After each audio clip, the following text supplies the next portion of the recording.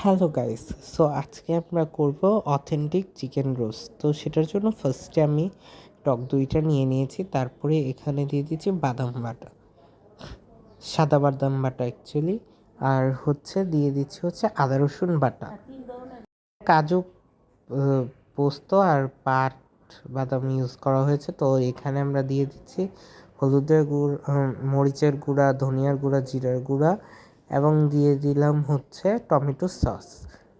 সব কিছু আপনারা পরিমাণ মতো অবশ্যই দিবেন। এটা অ্যাকচুয়ালি মুরগির যে আম, আপনার মুরগি কয়টা পিস বা কয়টা মুরগি রান্না করতেছেন এর উপরে ডিপেন্ড করে। তারপরে দিয়ে দিলাম চিকেন পাউডার আর লবণ।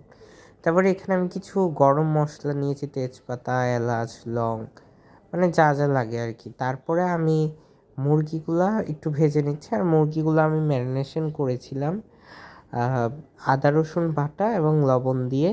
তারপরে এখানে আমি দিয়ে দিচ্ছি সে মাংস ভাজা তেলটি, এবং সবগুলো মশলাগুলো একটু আপনাদেরকে আরেকবার দেখিয়ে দিলাম। এবার আমি পেঁয়াজটা ভেজে নিয়েছি, তারপরে আমি সবগুলো মশলা দিয়ে দিয়েছি। তারপরে যে একদম মিশানো মশলাটা ওইটা দিয়ে অনেকক্ষণ কষাতে হবে যতক্ষণ না পর্যন্ত তেল ওঠে। তারপরে এখানে ভেজে রাখা মাংসগুলো দিয়ে দিচ্ছি। তারপরে এটাকে কিছুক্ষণ হতে দিতে হবে সিদ্ধ। তারপরে দুধ আর ঘি দিয়ে কিছুক্ষণ কষিয়ে নিলে রেডি আমাদের চিকেন কষা, চিকেন রোস্ট। বাই।